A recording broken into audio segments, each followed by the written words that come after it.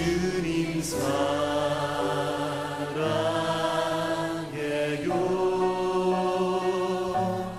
온 마음과 정성 다해 하나님의 신실한 친구 되기 원합니다. 것은요, 역대 상하는 여러분들이 열왕기 상하, 사무엘 상하와 중복된 내용입니다. 그래서 말씀을 보시면은 그 말씀이 이렇게 기록되었구나, 역사적인 그 역대기가 이렇게 나와 있구나라는 것을 볼 수 있으니까요. 역대 상하는 여러분들이 이번 주간에 보시고 또 앞에 성경을 읽지 못한 부분이 있다면은 이 시간 통해서 여러분들이 한번 읽었으면 좋겠습니다. 그럼 우리가 시대를 향해서 나아가고 있습니다.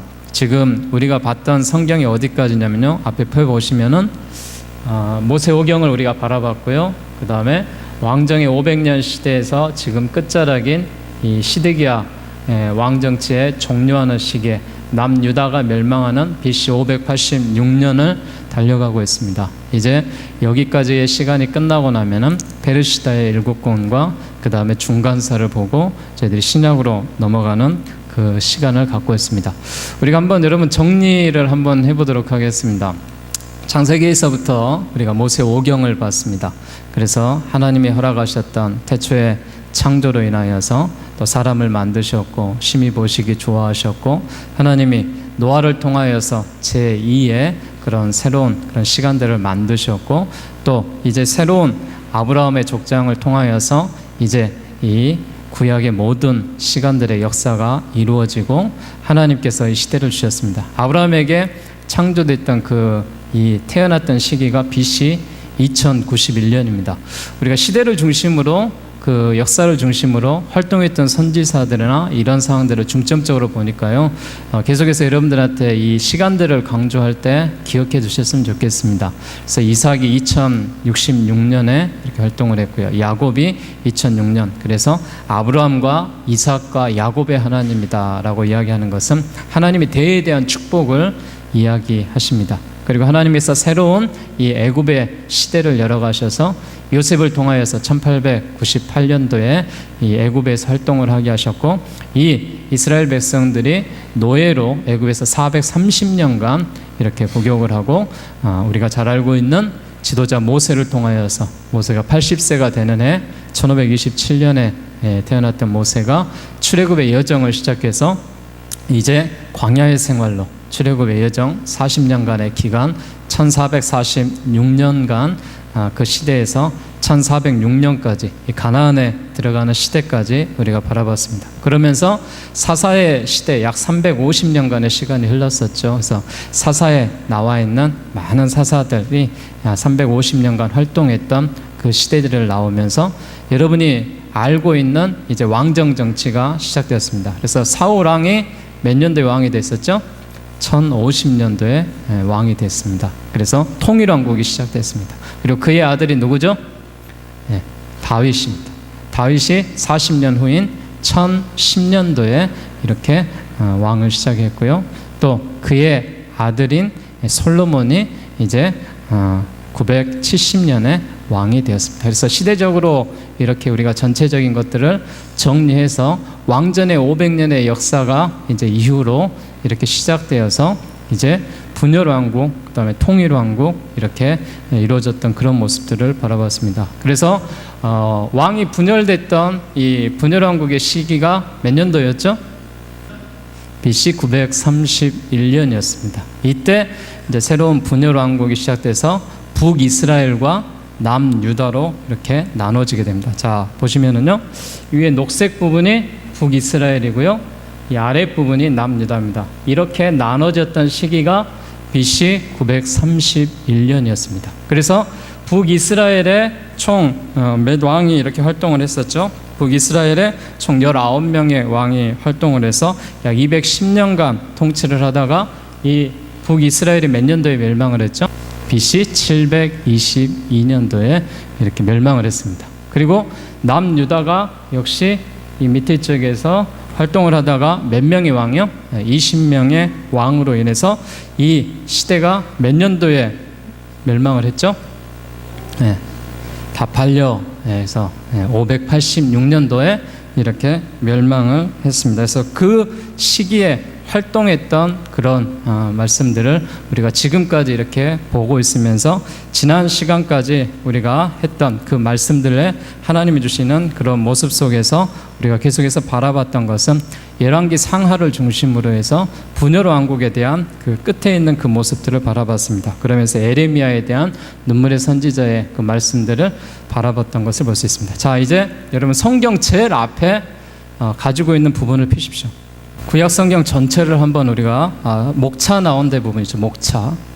목차를 보시면서 우리가 한번 이제 다시 한번 정리를 하고 전반기에 대한 마무리를 한번 해보도록 하겠습니다. 자, 창세기, 출애굽기, 레위기, 민수기, 신명기 거기까지 나와 있는 부분이 여러분들이 뭐 볼펜으로 이렇게 쓰셔도 좋고요. 거기 부분이 모세오경이다 이렇게 해놨습니다. 모세오경 그렇게 해서 창세기부터 신명기까지 모세가 기록했던 그 성경들을 나와 있습니다. 여기까지 나와 있는 그 역사적인 그런 시대 자체가 BC 한 4000년에서부터 우리가 알고 있는 이 신명기, 바로 이 애굽에 대한 이 그런 광야의 시대까지니까요. 약 1400년까지 기록이 모세오경에 모세를 통하여서 기록되었다라는 것을 알 수가 있고요. 자, 여호수아부터 사사기, 룻기, 사무엘상하, 열왕기상하, 역대상하, 에스라, 느헤미야, 에스더까지 여기까지를 가리켜서 우리가 12권의 역사서다 이렇게 이야기합니다. 그래서 이스라엘의 역사가 이렇게 정리가 됐습니다. 저희가 봤던 것은 여호수아, 사사기, 룻기, 사무엘상하, 열왕기상하까지 봤습니다. 그리고 역대상하는 강론하지 않고 제가 중복된 이야기라고 그랬습니다. 이 열왕기서에 대한, 사무엘서에 대한. 그래서 역대상하는 여러분들이 참고서로 한 번 더 보시면 좋겠습니다. 그리고 에스라, 느헤미야, 에스더는 나중에 이제 후의 역사를 이야기하도록 하겠습니다. 그리고 욥기부터 시작해서 욥기, 시편, 잠언, 전도서, 아가서 이 5편을 가리켜서 뭐라고 하냐면 시가서다라고 이야기합니다. 그래서 5편의 시가서가 되어 있습니다. 자, 여기까지 정리가 하시면은 여러분들이 이제 성경에 대한 그 공부는 어느 정도 구약에 대한 성경은 이해합니다. 자, 모세오경은 무엇이라고요? 창세기, 출애굽기, 레위기, 민수기, 신명기. 자, 역사서는 12권인데 자, 시작. 여호수아, 사사기, 룻기, 사무엘상하, 열왕기상하, 역대상하, 에스라, 느헤미야, 에스더. 자, 시가서 5권은 어디라고요? 시작. 욥기, 시편, 잠언, 전도서, 아가서. 자, 여기까지는 분류를 잘 합니다. 잘 하는데 지금부터 17권의 선지서를 여러분 정리를 하셔야 됩니다. 이 부분이 굉장히 어렵습니다. 그래서 이 부분에 대해서 제가 아마 구약이 끝날 때까지 계속 이 이야기를 해야 될 것 같습니다. 그래서 여러분들한테 특별히 구분을 해주면은요, 이사야부터 다니엘까지, 이사야, 에레미야가 에스겔, 다니엘 이렇게 해서 5권의 그 성경을 대선지서다라고 이야기합니다. 선지서들이, 이 선지자가 뭐 크고 위대해서 대선지자는 아니에요. 그래서 그 기록 자체가 길기 때문에 대선지서 이렇게 되어 있고요. 그리고 소선지서는 호세아, 요엘, 아모스, 오바댜, 요나, 미가, 나움, 하박국, 스바냐, 학개, 스가랴, 말라기 이렇게 되어 있습니다. 자, 이 12권의 소선지서, 그래서 총 17권의 선지서가 있는데요. 이 성경을 이렇게 순서대로 역사대로 쭉 나왔으면 얼마나 좋겠어요. 근데 그렇지 않습니다.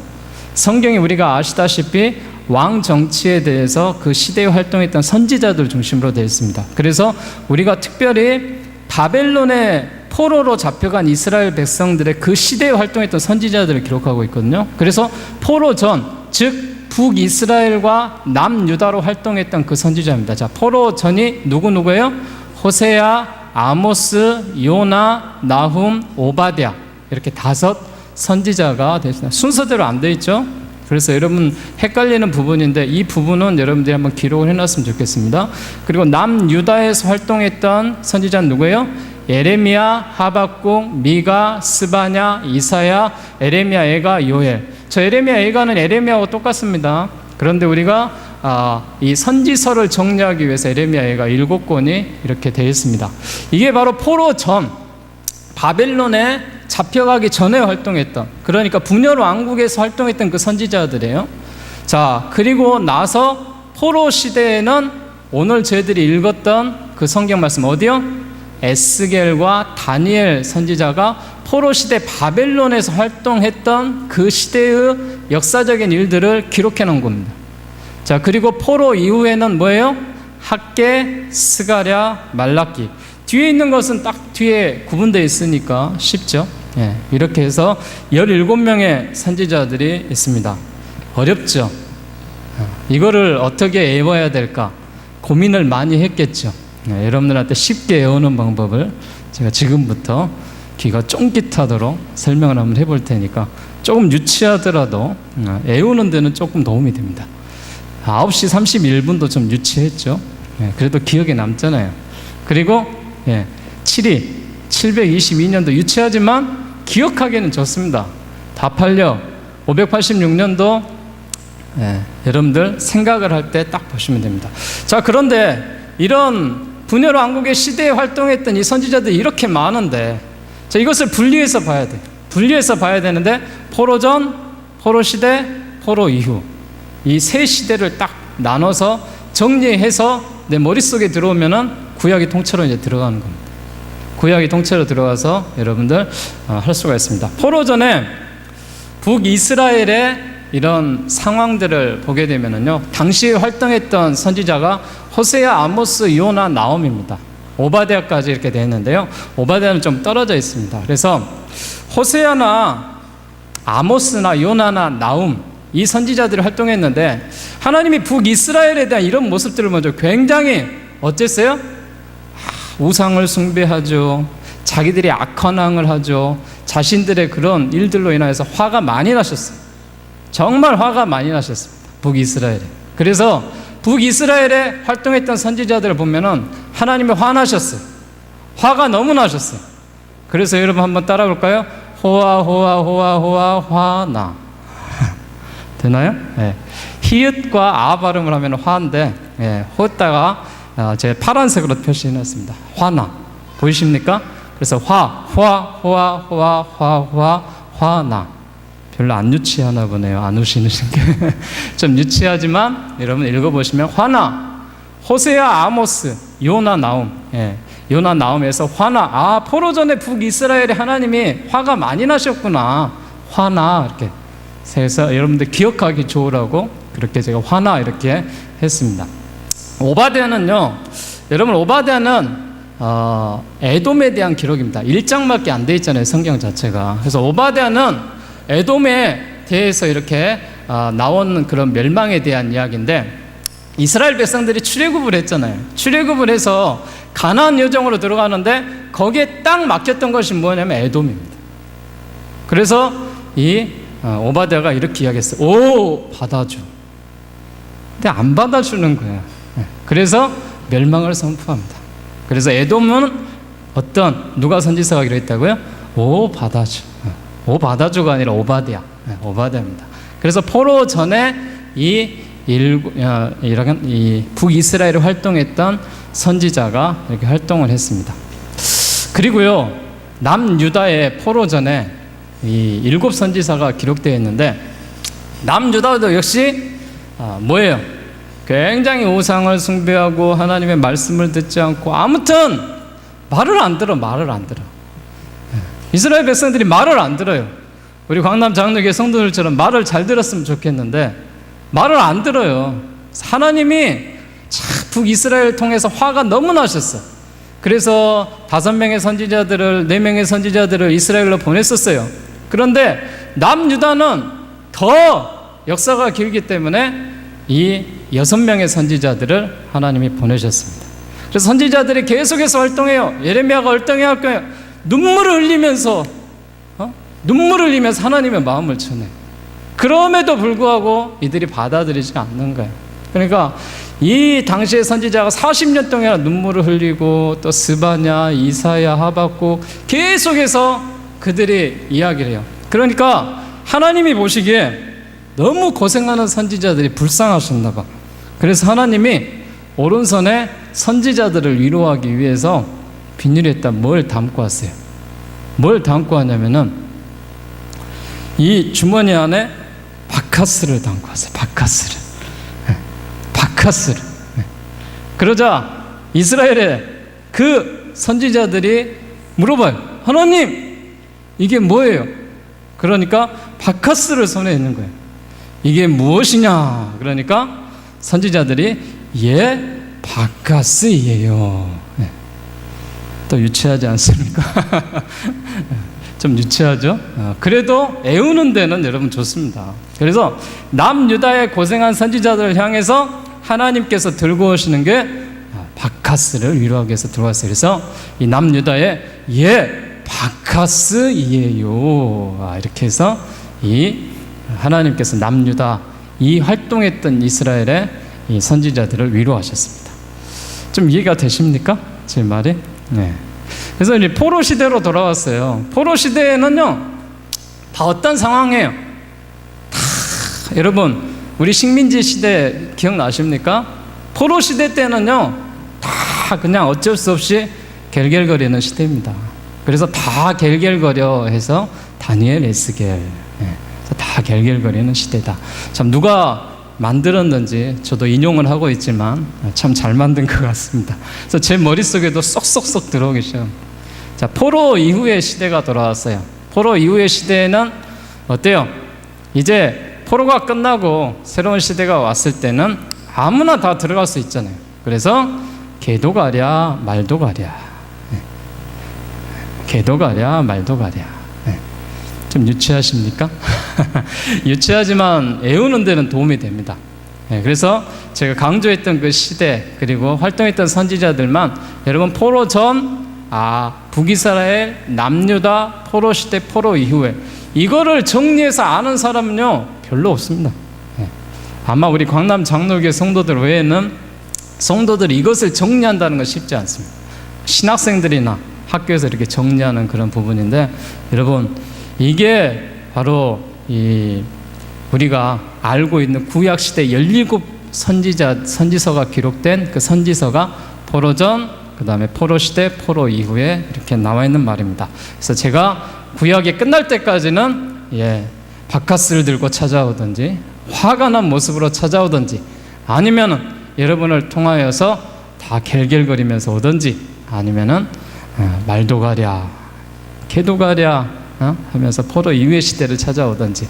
그래서 선지자의 그 마음을 통하여서 그 시대에 어떤 선지자가 활동을 해서 찾아왔는지 이 부분에 대한 정리를 여러분들한테 해드리고 싶어서 이 말씀드립니다. 제 서론이 좀 길었습니다. 본론으로 이제 들어가 보도록 하겠습니다. 오늘 본론은 에스겔서입니다.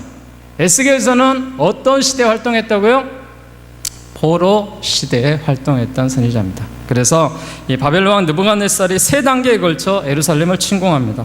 BC 605년의 첫 번째 침공으로 여호와김을 굴복시키고 다니엘과 그의 세 친구를 포함해서 유력한 유대인들을 포로로 잡아갔습니다. 그래서 두 번째 침공은 예루살렘이 멸망하기 12년 전인 BC 598년에 에스겔의 나이 25세 때 있었습니다. 이 느부갓네살이 요아긴 왕과 에스겔을 포함해서 약 1만 명의 포로를 잡아갔던 그런 활동의 선지자입니다. 그래서 우리가 에스겔 선지자 그러면은 환상과 소망의 선지자다 이렇게 이야기합니다. 그래서 에스겔은 하나님께서 강하게 하신다, 하나님은 강하신다라는 그 뜻을 갖고 있습니다. 그래서 그발 강가에서 이제 설득을 하는 그런 장면들이 나오는데 바벨론의 포로 70년 기간 동안에 일어난 그 일의 역사적인 기록을 총 48장에 대해서 기록을 하고 있습니다. 그래서 그 안에서 에스겔 선지자가 계속해서 강조하는 건 뭐냐? 예루살렘이 함락된다라는 거예요. 함락된다는 그 소식을 전하고 있습니다. 그러면은 이 소식을 전했으면은 예루살렘이 함락됐어요? 되기 전이에요? 되기 전이에요. BC 586년 이전입니다. 그래서 약 BC 590년대에 이 이야기들을 계속했던 겁니다. 그래서 1장부터 32장까지의 기록은 이스라엘과 주변 국가에 대한 심판을 예언하고 있고요. 33장과 48장에서는 이스라엘을 구원하실 하나님의 그 계획에 대해서 설명을 하고 있습니다. 자, 이제 본문으로 우리가 한번 들어가 보도록 하겠습니다. 성경 에스겔을 여러분 펴 놓으시고 우리가 말씀을 따라서 한번 보도록 하겠습니다. 에스겔은 하나님께서 강하게 하신다는 그 뜻을 갖고 있고 이스라엘에게 영적으로 국가적으로 회복을 예언했던 그런 선지자입니다. 그래서 에스겔은 오늘 우리가 3절 말씀 읽었죠. 그가 부시의 아들 제사장 나 에스겔이다 라고 되어 있습니다. 바로 그는 제사장이었습니다. 제사장으로 인하여서 그가 하나님의 소명을 받고 하나님의 사명을 받고 그가 활동을 합니다. 지금까지 바벨론에 끌려와 있는 남유다 포로들의 생각은 기회만 주어지면은 바로 예루살렘으로 돌아가겠다라는 것이었거든요. 그들이 포로민들은 꿈은 뭐예요? 자기 나라로 들어가는 거예요. 그런데 바로 이때 하나님께서 바벨론의 포로로 끌려온 지 5년째 된 그 에스겔을 찾아오셔서 절망에 빠져 있는 에스겔에게 말씀을 시작하는 장면이 오늘 본문에 나와 있는 그 장면입니다. 그래서 에스겔이 희망을 가지고 실력을 키워서 우수한 민족이 되도록 노력하자라는 거예요. 비록 포로 생활을 하고 있지만 우리가 실력을 키워야 나라가 회복되지 않습니까? 라는 그 사명을 갖고 있습니다. 그래서 에스겔에 받은 그 사명들, 우리가 늘 생각할 수 있고 늘 기억해야 되는 그런 사명들 있죠. 바로 환상과 소망으로 이제 이스라엘이 멸망됐지만은 여러분들을 통하여서 회복될 것이다. 이 메시지를 계속해서 그가 전하고 있는 모습을 볼 수가 있습니다. 그러면서 이제 에스겔의 1장에 나와 있는 첫 번째 환상이 나오는데요. 오늘 성경 말씀 1장 10절 말씀 보십시오.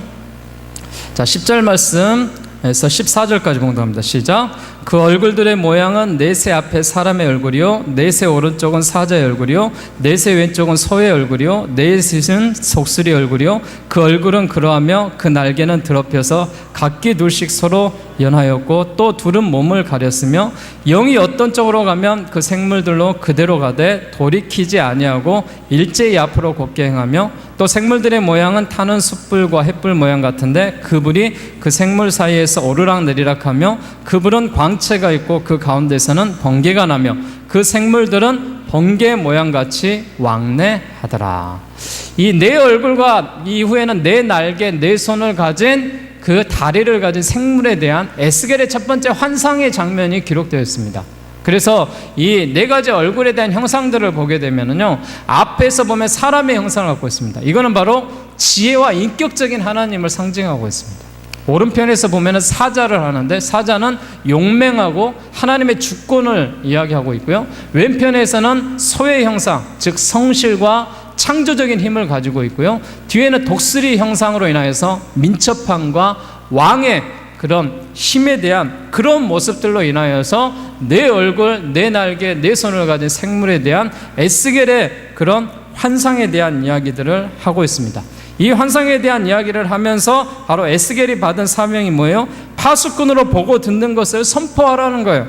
그리고 에스겔에게 계속해서 말씀하고 있는 것은 이런 사명을 인하여서 너희가 설명하고 선포를 해야 된다라고 이야기를 하고 있습니다. 그래서 에스겔의 이 소명이 뭐예요? 바로 파수꾼으로서 보고 듣고 있는 것들을 하나님 앞에 설명을 하라라고 되어 있습니다. 자, 성경 말씀 3장 17절입니다. 자, 3장 17절 에스겔의 임무가 뭐라고요? 파수꾼으로 보고 듣는 것들을 선포해 나가라는 거예요. 하나님이 말씀하신 거 3장 17절 시작. 인자야 내가 너를 이스라엘 족속의 파수꾼으로 세웠으니 너는 내 입의 말을 듣고 나를 대신하여 그들을 깨우치라. 바로 포로민들을 향하여서 간시 그가 간절한 마음으로 이야기를 하고 있는 그 모습을 우리가 바라볼 수가 있습니다. 자, 동시대에 지금 현재 남유다에서 누가 활동을 하고 있어요? 지난주에 봤던 예레미야가 활동을 하고 있어요. 지금 바벨론에서 누가 활동을 하고 있어요? 에스겔이 활동을 하고 있어요. 그래서 유다를 향해서는 예레미야가, 또 바벨론에서 포로민들을 향해서 에스겔이 계속해서 하나님의 메시지를 선포하고 전달하고 그런 일들을 해가고 있는 것입니다. 자, 이제 넘어가서요, 유다의 징계와 심판에 대한 기록이 4장에서부터 24장에 기록되는 것이 있습니다. 바로 우상 숭배에 대한 하나님의 심판과 하나님의 그런 모습들이 나와 있는데, 특별히 4장 4절에서부터 8절까지 여러분 말씀을 한번 보도록 하겠습니다. 자, 시작. 너는 또 왼쪽으로 누워 이스라엘 족속의 죄악을 짊어지되 내가 눕는 날수대로 그 죄악을 담당할지니라. 내가 그들의 범죄한 횟수대로 내게 날수를 정하였나니 곧 390일이니 너는 이렇게 이스라엘 족속의 죄악을 담당하고 그 수가 차거든 너는 오른쪽으로 누워 유다 족속의 죄악을 담당하라. 내가 내게 40일로 정하였나니 하루가 1년이니라. 너는 또 내 얼굴을 에워싸인 예루살렘 쪽으로 향하고 팔을 걷어 올리고 예언하라. 내가 줄로 너를 동일이니 내가 에워싸는 날이 끝나기까지 몸을 이리저리 돌리지 못하리라. 에스겔이 지금 어떤 모습으로 바로 유다에 대한 징계에 대한 그 모습을 이 선지자가 받고 있습니까? 북이스라엘의 죄로 인하여서 그가 며칠 동안이나요? 390일 동안이나 한쪽을 바라보면서 음식을 먹습니다. 그렇게 하나님께서 이 특정 기간 동안에 누워서 지내는 그런 모습으로 에스겔을 보이셨어요. 그러면서 남유다를 향하여서 며칠 동안요? 40일 동안 그렇게 하셨는데 바로 하루가 1년, 40년의 시간 동안에 바로 에스겔 선지자가 이런 모습으로 인하여서 그가 이제 하나님의 그런 회개에 대한 그런 것들을 선포하고 나아가는 것을 볼 수가 있습니다. 에스겔은 환상 가운데 이스라엘 백성이 악한 죄에 성경을 더럽히는 죄들을 이제 보게 되거든요. 그래서 예루살렘에 희망이 없음을 포로민들에게 계속해서 전합니다.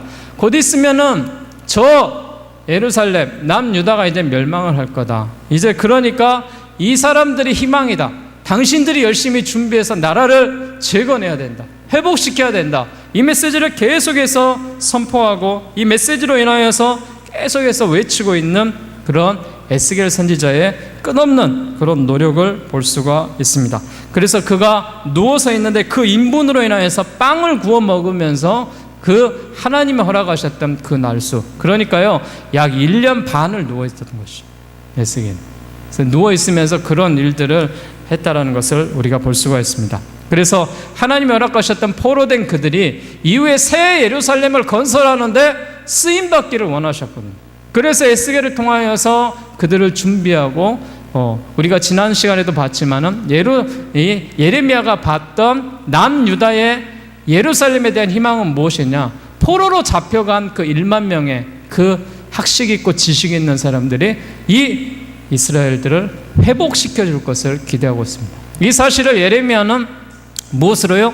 편지를 통하여서 계속해서 남유다에게 그리고 당시에 있는 포로민들에게 알렸고요. 또 에스겔은 육성으로 인하여서 계속해서 설득해서 바로 이처럼 이 당시에 있는 포로민들에게 알렸던 것을 우리가 볼 수가 있습니다. 자, 이 모습 속에서 우리가 기억하고 바라볼 수 있는 이런 모습 속에서 하나님은 계속해서 이스라엘 백성들로 인하여서 지금 징계의 시간 가운데 하나님 회복될 것을 이야기하면서 계속해서 말씀하고 있는 그런 모습을 볼 수가 있는 것이죠. 여러분, 우리가 11장을 한번 넘어가도록 하겠습니다. 11장 19절과 20절 말씀 보십시오. 시작. 내가 그들에게 한 마음을 주고 그 속에 새 영을 주며 그 몸에서 돌 같은 마음을 제거하고 살처럼 부드러운 마음을 주어 내 율례를 따르며 내 규례를 지켜 행하게 하리니 그들은 내 백성이 되고 나는 그들의 하나님이 되리라. 하나님의 영광이 포로들과 함께 하심에 대해서 지금 말씀하고 있습니다. 그러면서 유다에 대한 심판을 상징적으로 연극하고 비유하는 그런 장면들이 12장에서부터 쭉 기록이 되어서 17장까지 이렇게 한 번씩 넘겨보십시오. 포로가 나타난 그런 상징들이라든지 13장의 거짓 선지자의 종말이라든지 또 여호와께서 우상을 심판하신다든지 15장 한번 가볼까요? 예, 하나님께서 불에 던질 땔감 같은 예루살렘에 대한 비유를 하고 있으면서 15장 2절과 3절 말씀 우리가 봉독하겠습니다. 시작. 인자야, 포도나무가 모든 나무보다 나은 것이 무엇이냐? 숲속의 여러 나무 가운데 있는 그 포도나무 가지가 나은 것이 무엇이냐? 그 나무를 가지고 무엇을 제조할 수 있겠느냐? 그것으로 무슨 그릇을 걸 못을 만들 수 있겠느냐? 불에 던질 땔감이 될 뿐이다 라고 하면서 이 하나님께서 불탄 포도나무 가지에 대한 비유를 하고 있습니다. 그래서 포로의 세대들이 계속해서 불평하고 불만하고 그런 일들로 인하여서 기록이 되어 있는 그런 모습들이 쭉 나와 있고요. 그러면서 불에 타는 그런 푸른 나무의 비유라든지 또 음행을 그렇게 하는 그 비유라든지 그 다음에 끓는 가마에 대한 비유를 하면서 유다의 징계와 심판을 하고 있습니다. 자, 유다 징계와 심판의 마지막인 24장 여러분 넘겨보십시오. 24장 3절과 5절 말씀입니다. 시작. 다 찾으셨어요? 시작. 너는 이 반역하는 족속에게 비유를 베풀어 이르기를 주 여호와께서 이같이 말씀하시기를 가마 하나를 골라 건 후에 물을 붓고 양떼에서 한 마리를 골라 각을 뜨고 그 넓적다리와 어깨 고기의 모든 좋은 덩이를 그 가운데에 모아 넣으며 고름뼈를 가득히 담고 그 뼈를 위하여 가마 밑에 나무를 쌓고 놓고 잘 삶되 가마 속의 뼈가 무르도록 삶을 지어다. 그래서 이 끓는 가마에 대한 이런 비유들을 해나가면서 계속해서 유다의 징계와 심판에 대한 그 메시지들을 하나님이 말씀하시고 이런 것을 볼 수가 있습니다. 그래서 여러분, 당시에 바벨론의 포로 생활 가운데 활동했던 그 선지자가 에스겔이 계속해서 이런 유다에 대한 그런 심판들을 이야기합니다. 자, 한번 이제 우리가 비교를 한번 해보도록 하겠습니다. 바로 에레미야는 어디에 있었다고요? 남유다에 있었습니다. 에스겔은 어디에 있었다고요? 바벨론에 있었어요. 그래서 예레미야는 무엇을 이야기했냐? 예루살렘에서 국가의 종말을 구하고 슬퍼하고 계속해서 울고 있습니다. 이 나라가 망할 거다. 항복을 해라. 차라리 항복을 해서 다시 한번 재건해 줄 때까지 기다려라. 에스겔은 뭐예요? 유다 왕국의 마지막이 가까웠다. 하나님의 영광이 성전을 떠나는 그런 환상을 바라봤다. 이제 유다는 징계와 심판으로 해서 끝이 났다. 계속해서 이런 이야기들을 하고 있는 그 모습을 볼 수가 있습니다. 그러면서 이제 이방 민족들에 대한 심판의 선언들을 이제 25장부터 32장까지 쭉 가고 있는데요. 이 부분은 그냥 간단히 넘어가겠습니다. 이방 나라에 대한 심판, 즉 이 오른쪽에 있는 암몬이라든지 모압이라든지 밑에 있는 에돔이라든지 이 왼편 밑에 있는 블레셋이라든지 두로라든지 저 끝에 있는 애굽이라든지 바로 이 남유다가 바로 바벨론과의 싸움에서 그들이 승리하기 위해서 지금 애굽과 동맹을 맺었었거든요. 애굽을 의지해서 바벨론의 위협에서 벗어나려 했던 남유다에 대한 하나님의 경고의 메시지, 그걸로 인해서 이게 멸망이 이루어지고 이제 심판이 있었던 것을 볼 수가 있습니다. 이렇게 해서 남유다가 몇 년도에 멸망을 합니까? BC 586년도에 멸망을 합니다. 그래서 이제 이 하나님이 말씀하셨던 그런 모습 속에서 우리가 분류를 했었죠. 1장에서 32장까지는 이스라엘과 주변 국가들의 심판에 대한 예언의 메시지라고 했어요. 이제 33장부터 마지막까지는 뭐예요? 유다의 회복에 대한 예언들이에요. 소망의 메시지예요. 희망의 메시지예요. 하나님께서 결코 내버려 두지 않겠다라는 거예요. 예루살렘의 멸망 소식이 바벨론의 포로민들에게 전해짐으로 인하여서 이제 예루살렘의 새로운 희망의 그 사람들, 또 바벨론의 포로로 끌려간 이들에게 희망이 있음을 계속해서 그가 말씀을 하고 있습니다. 핵심적인 선고들, 여러분 우리가 이 에스겔을 바라보면서 이 성경 구절에 중요한 성경 구절이 나와 있는 부분이 36장과 37장입니다. 이 성경들은 여러분 집중해서 하나님이 메시지를 선포하는 그런 모습으로 한번 바라볼 수 있길 바랍니다. 36장입니다. 자, 36장 24절에서 27절 말씀 한번 보도록 하겠습니다. 자, 시작. 내가 너희를 여러 나라 가운데에서 인도하여 내고 여러 민족 가운데에서 모아 데리고 고국 땅에 들어가서 맑은 물을 너희에게 뿌려서 너희로 정결하게 하되 곧 너희 모든 더러운 곳에서 모든 우상에서 너희를 정결하게 할 것이며 내가 새 영을 너희 속에 두고 새 마음을 너희에게 주되 너희 육신에서 굳은 마음을 제거하고 부드러운 마음을 줄 것이며 또 내 영을 너희 속에 두어 너희로 내 율례를 행하게 하리니 너희가 내 규례를 지켜 행할지니라. 할렐루야. 하나님의 메시지는 이거예요. 우상 숭배에서 너희들을 정결하게 할 것이다 라는 거예요. 더러운 것들을 깨끗하게 할 것이다 라는 거예요. 내가 새 영을 부어주리라 라는 거예요. 이 메시지가 교회 안에 들어와야 됩니다. 교회 안에서 새로운 영과 새로운 일들이 벌어져야 돼요. 그래야 하나님께서 우리들에게 이런 죄악된 잘못된 모습들이 다 하나님 앞에 회개하고 벗어진 후에 하나님이 말씀하신 대로 새로운 규례를 지켜나가고 내 영이 새로워질 때 하나님의 은혜가 충만해지는 것입니다. 자, 33절입니다. 시작. 주 여호와께서 이같이 말씀하셨느니라. 내가 너희를 모든 죄악에서 정결하게 하는 날에 성읍들의 사람이 거주하게 하며 황폐한 것이 건축되게 할 것인즉 전에는 지나가는 자의 눈에 황폐하게 보이던 그 황폐한 땅이 장차 경작될지니라. 하나님의 회복을 선포하고 있는 거예요. 바로 이런 죄악된 것들이 정결되고 나면은 하나님이 그 땅에 대해서 황폐한 땅이 경작을 이루어서 새로운 땅으로 기경이 될 거라는 거예요. 그럴 때 어떻게 해야 돼요? 땅을 엎어야 되는 거예요. 땅을 엎어야지만 새로운 기운이 나오는 거예요. 그럼 여러분, 우리의 죄악된 모습, 잘못된 것들을 엎어야 됩니다. 무엇으로 엎으시겠어요? 바로 예수 그리스도의 십자가의 보혈로 여러분 이 모든 상황들을 엎으시기 바랍니다. 그래야지만이 이런 하나님에 대한 메시지가 우리 가운데 들어오는 것이. 자, 37절입니다. 시작. 주 여호와께서 이같이 말씀하셨느니라.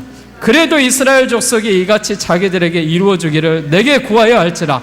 내가 그들의 수요를 양떼같이 많아지게 하되 제사드릴 양떼 곧 예루살렘이 정한 절기의 양무리같이 황폐한 성읍을 사람의 때로 채우리라. 그러한즉 그들이 나를 여호와인 줄 알리라 하셨느니라. 하나님께서 이런 회복의 메시지를 우리들에게 계속해서 하고 있습니다. 그래서 여러분, 다른 성경에 대한 말씀보다 36장과 37장의 말씀은 여러분 주목해서 보셔야 됩니다. 하나님께서 이런 회복에 대한 메시지를 주고 계시는데 하나님이 말씀하시는 건 뭐예요? 계속해서 자기 백성들이 기도하라는 거예요. 구하라는 거예요. 구하지 아니하면은 이런 회복이 여러분 더디게 납니다. 여러분, 우리가 하나님의 말씀으로, 그래서 제가 9월과 10월에 여러분 집중해서 기도하십시오. 집중해서 우리가 교회를 위해서 하나가 돼서 해 나가야 되는 건 뭐냐? 구하지 않는 자에게 허락하지 않거든요. 여러분, 부흥을 원하십니까? 성장을 원하십니까? 교회가 회복되기를 원하십니까? 그러면은 한 마음을 가지고 구하십시오. 내 바램만 갖고 있는 것이 아니라 내 시간을 드리고 물질을 드리고 헌신을 드려서 하나님 앞에 이런 회복을 기대하셔야 되지 않겠습니까? 내가 아무 노력도 하지 아니하고 그냥 단순하게 하나님 나를 구해 주십시오. 이런 메시지가 어떻게 우리가 성도로서 할 수 있습니까? 여러분, 소망과 바람이 아니라 하나로 뭉쳐서 우리가 기도하고 회복의 때를 이야기할 때 하나님께서 이런 일을 이루어 주시려고 믿습니다. 37장입니다. 37장에 하나님께서 이 하나님이 주시는 새로운 예루살렘에 대한 이야기들을 하십니다. 37장에 하나님이 허락하셨던 그 놀라운 역사가 있습니다. 어떤 역사입니까? 하나님께서 바로 마른 뼈들로 인하여서 회복될 것이라는 그 놀라운 그 메시지를 하나님이 해주고 있습니다. 다 읽고 싶은데요, 여러분, 이 37장의 말씀은 조금 길더라도 우리가 1절부터 14절까지 교독해서 한번 보겠습니다. 여호와께서 권능으로 내게 임재하시고 그의 영으로 나를 데리고 가서 골짜기 가운데 두셨는데 거기 뼈가 가득하더라.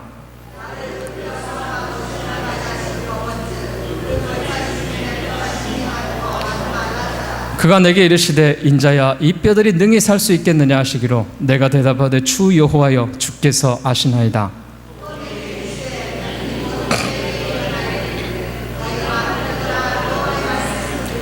주 여호와께서 이 뼈들에게 이같이 말씀하시기를 내가 생기를 너희에게 들어가게 하리니 너희가 살아나리라.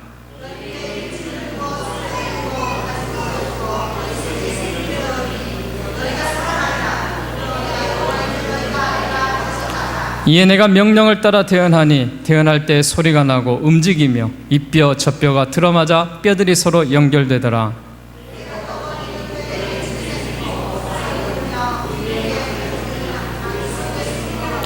또 내게 이르시되 인자야 너는 생기를 향하여 대언하라. 생기에게 대언하여 이르기를 주 여호와께서 이같이 말씀하시기를 생기야 사방에서부터 와서 이 죽음을 당한 자에게 불어서 살아나게 하라 하셨다 하라.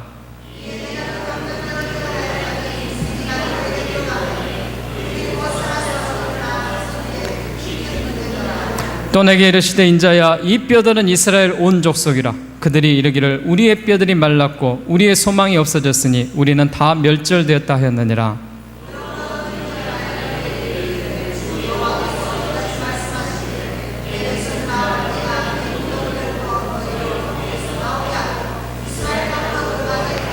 내 백성들아 내가 너희 무덤을 열고 너희로 거기에서 나오게 한즉 너희는 내가 여호와인 줄 알리라. 내가 또 내 영을 너희 속에 두어 내가 살아나게 하고 내가 또 너희를 너희 고국 땅에서 두리니 나 여호와가 이 일을 말하고 이룬 것을 너희가 알리라. 여호와의 말씀이니라. 할렐루야. 죽어져 갔던 이스라엘 백성들이, 마른 뼈와 같은 그 이스라엘 백성들이 하나님이 생기를 불어넣음으로 인하여서 살아날 줄로 믿습니다. 하나님께서 침체되어 가고 꺼져가고 있는 이 땅에 많은 이 그리스도의 복음의 전파가 하나님께서 생기를 불어넣음으로 인하여서 교회가 회복되고 예배가 회복되고 성도가 회복될 줄로 믿습니다. 여러분, 이런 새 예루살렘의 환상적인 그런 모습들을 바라보면서 우리가 기대하는 마음이 있고 소망이 있기 때문에 하나님 앞에 기도하는 것입니다. 결론적으로 말씀드리겠습니다. 하나님이 허락하셨던 그 유명한 말씀이시죠. 에스겔서 47장 3절에서 5절까지만 저희들이 보겠습니다. 이 말씀을 1절부터 여러분 쭉 보셔도 좋은데요, 3절에서 5절까지만 함께 봉독합시다. 47장 시작. 그 사람이 손에 줄을 잡고 동쪽으로 나가며 천척을 측량한 후에 내게 그물을 건너게 하시니 물이 발목에 오르더니 다시 천척을 측량하고 내게 물을 건너게 하시니 물이 무릎에 오르고 다시 천척을 측량하고 내게 물을 건너게 하시니 물이 허리에 오르고 다시 천척을 측량하시니 물이 내가 건너지 못할 강이 된지라. 그 물이 가득하여 헤엄칠 만한 물이요 사람이 능히 건너지 못할 강이더라. 아멘. 하나님의 은혜가 어디까지 임하는 거예요? 성령의 그 은혜가 발목으로 임할 때는요, 내 마음대로 움직일 수 있는 거예요. 성령의 은혜가 바로 이 무릎까지 쳤을 때도 내가 뛰어다닐 수가 있는 거예요. 여러분, 그렇지만 그 물이 허리까지 동일 때는 어떻게 해요? 걸어 다닐 수밖에 없어요. 그리고 내 머리까지 가득 차서 성령의 기운이, 성령의 물이 하나님의 성전에 가득해 할 때는 성령으로 인해서만 움직일 수밖에 없습니다. 여러분, 우리 교회가 성령으로 인하여서 움직이려면은 발목에 있는 것이 무릎으로 차고 무릎에 있는 것이 허리로 동이고 허리에 있는 것이 온 가득해 교회가 임하여서 성령의 충만함과 은혜가 임할 때 하나님께서 허락하시는 놀라운 역사가 일어날 줄 믿습니다. 여러분, 이 일을 위해서 여러분들이 여러분의 신앙을 키워나가시고 여러분의 영적인 부분을 우리가 중요하게 터치할 수 있기를 바랍니다. 마지막입니다. 바로 하나님께서 이 에스겔을 통하여서 마지막 이 48장 36절의 희망의 말씀을 하십니다. 이 말씀을 끝으로 에스겔서의 결론을 맺습니다. 자, 그 시작. 그 사망의 합계는 18,000척이라 그날 후어 성읍의 이름을 여호와 삼마라 하니라. 여호와 삼마, 바로 여호와 삼마는 하나님께서 거기 계시다라는 뜻을 갖고 있습니다. 여러분, 여호와 니시 하나님, 승리하신 하나님이에요. 여호와 샬롬의 하나님, 평강의 하나님이에요. 여호와 라파의 하나님, 치료하신 하나님이에요. 여호와 라마의 하나님, 삼마의 하나님, 바로 하나님이 여기 계시다라는, 임마누엘 하나님이, 여호와께서 이 성전에 가득하게 하고 하나님이 계신다는 그 역사적 현장을 믿을 때 우리의 고난의 때와 절망의 장소에서 영광과 능력으로 변화되어서 하나님의 역사가 충만하게 임할 줄 믿습니다. 이 모든 것들에 대해서 여러분들이 함께 교회를 위해서 이 9월과 10월에 기도함으로 말미암아 우리 교회가 하나님의 말씀으로 회복되고 하나님의 은혜로 가득하기를 주의 이름으로 축원합니다.